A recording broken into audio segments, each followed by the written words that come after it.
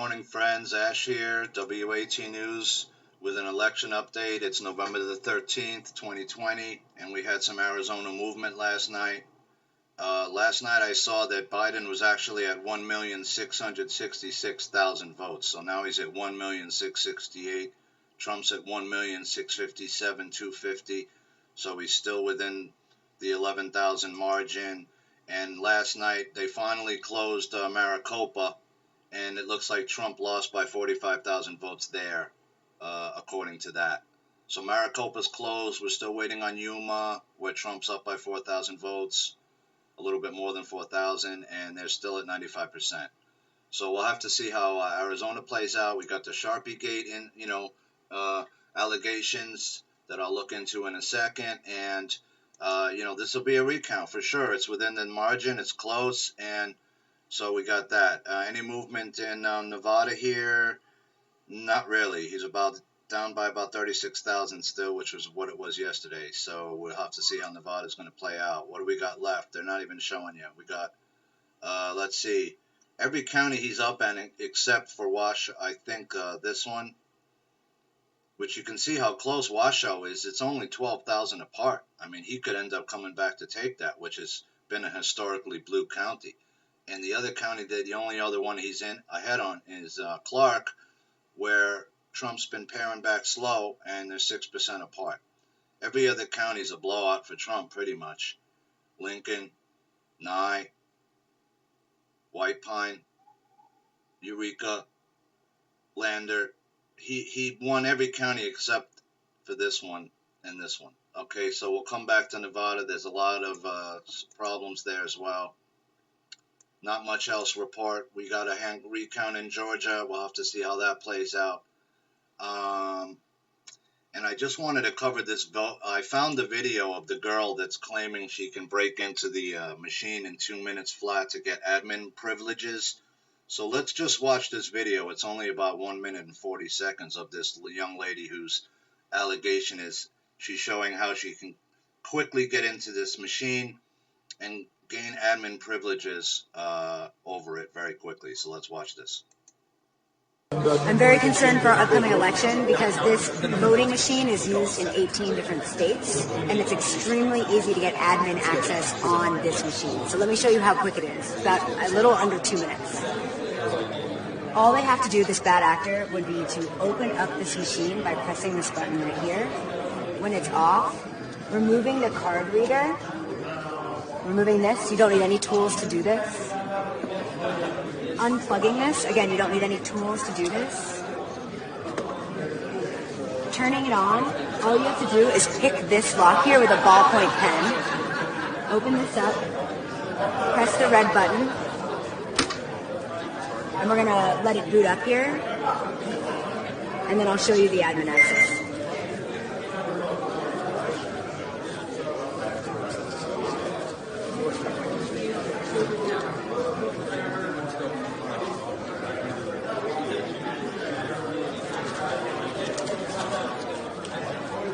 So it's loading what they call a secure voting terminal right now.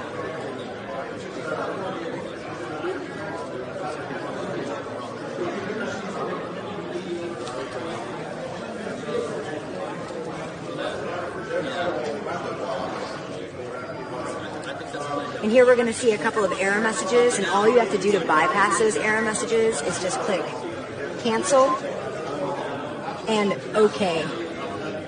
And now I have full admin access, under 2 minutes.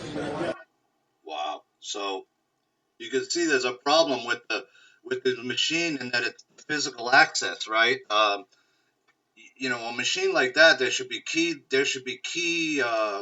things that you have to open to get into the intimate parts of the machine there. So you can't just jimmy it open like she did and then reboot the machine without the card reader. If you pull the card reader out, that shouldn't be allowed, right? That should be all secured areas that you have to get to via key lock. But this machine is set up in a way where that's not a problem, and you don't have to do it. So that's a key flaw to me. That machine should have never been used if they knew that. And by the way, I believe it was in Arizona, the Republican person who was supposed to show up for the machines and for the, they had a meeting before about the machines and to show how they work, and she didn't even show up. So she's now been asked to step down, and she has stepped down, that particular person, for failing to show up and to look into the machines and to understand how they work and to maybe voice any concerns at that time. So nobody showed up from the Republican side in that particular state, I read. So that's an interesting thing that came up. Here's an article I found by Ron Paul on Newsmax I thought was interesting. You might want to check out. Trump, not first president undermined by the deep state nor the last. And I won't read it off to you, but you can go check that out if you want. Ron Paul's a really deep guy. He's interesting. If you ever want to see some great Ben Bernanke get totally taken apart, go check out Ron Paul when he's asking Bernanke if gold is money. It's a famous exchange that they both had. He asks him if it's money, and Bernanke doesn't really understand. He's not sure. Of course, it is money, but he doesn't think it is. And that was all because, of course, the Fed and the central bank never likes gold. They don't want you to own gold because gold is a great thing to have, right? It's something that for thousands of years people have owned and it never lost its value, right? Why would you not want to own gold? Anyway, that's another story for another day. Here's Sharpie Gate, Sarah Carter. I love Sarah Carter. She's great. She's a great reporter, I think, in my view. And she has an article here. Arizona AG opens probe into Sharpie complaints in Maricopa County, November the 4th, 2020. So, we don't know yet. Were any of these votes affected? Of course, the Arizona elections officials are saying there's no problem, and that this was not an issue. But why would you give Sharpies out to people when, you've always used I've always used a ballpoint pen to vote. I've never used a Sharpie pen, so I don't know why you would give people a Sharpie marker. That's suspicious at the least. Arizona Deputy Solicitor General launched a probe into complaints that voters in Maricopa County were given Sharpies to fill out ballots that were then rejected when the ink leaked through the back of the ballot during the presidential elections. And you can check her out there. There's her whole radio show. She does a podcast. It's very well done. I just wanted to cover this last article because I think it slipped through the cracks here, and it's important because I think it could have something to do with the problems in Pennsylvania. Khalida Rahman wrote this story on October the 1st, 2020. An investigation is underway after a laptop and several USB drives which were used to program voting machines were stolen from a warehouse in Pennsylvania, in Philadelphia, sorry. Officials confirmed that the theft occurred at a warehouse at 3500 Scotts Lane in the East Falls neighborhood of the city. The warehouse was broken into on Tuesday night. According to the Philadelphia Inquirer, which first reported the theft, the stolen laptop belonged to an on-site employee of the company that supplies the voting machines. Nick Custodio, the deputy commissioner of Chairwoman Lisa Deely, who oversees elections in Philadelphia, told Newsweek that the laptop did not have any election material on it and is not able to program files for voting machines.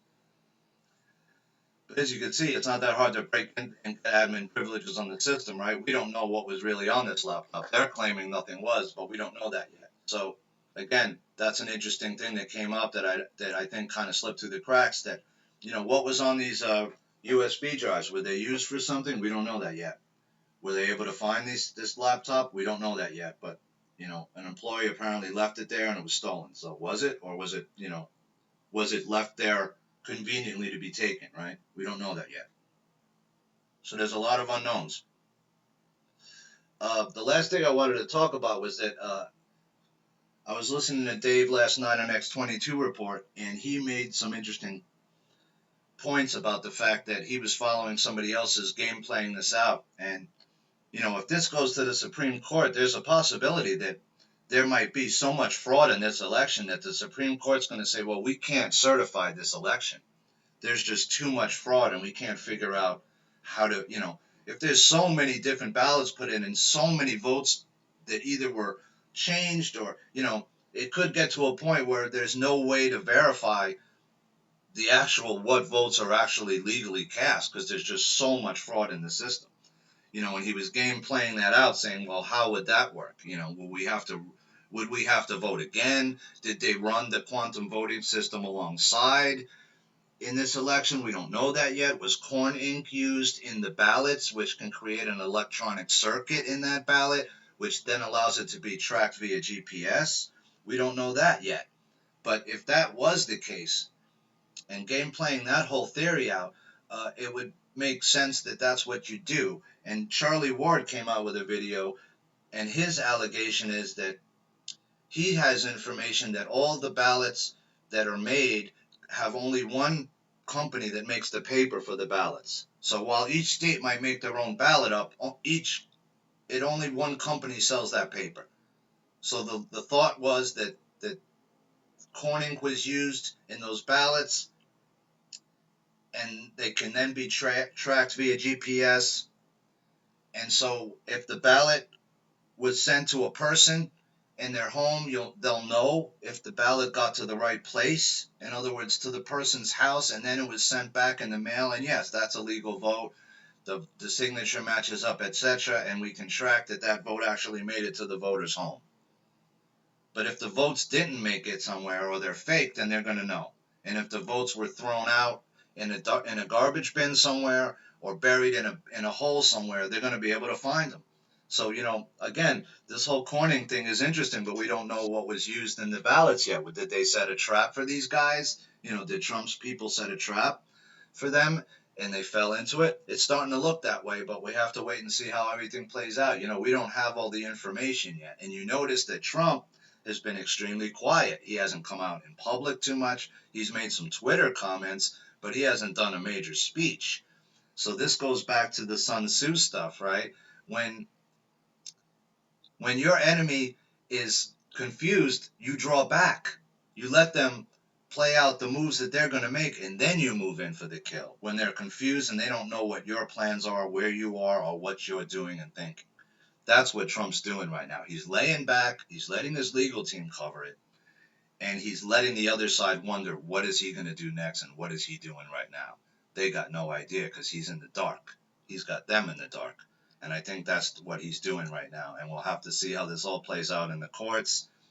And there's a lot of stuff that we don't know yet. But, as it starts to come out, we're going to get more pieces of the puzzle and put it together and be able to form the picture of what really went on here. So, get your popcorn ready and sit back and watch the movie play out. When we get to the Supreme Court, that's when the big part of the movie is going to start, as far as I can see.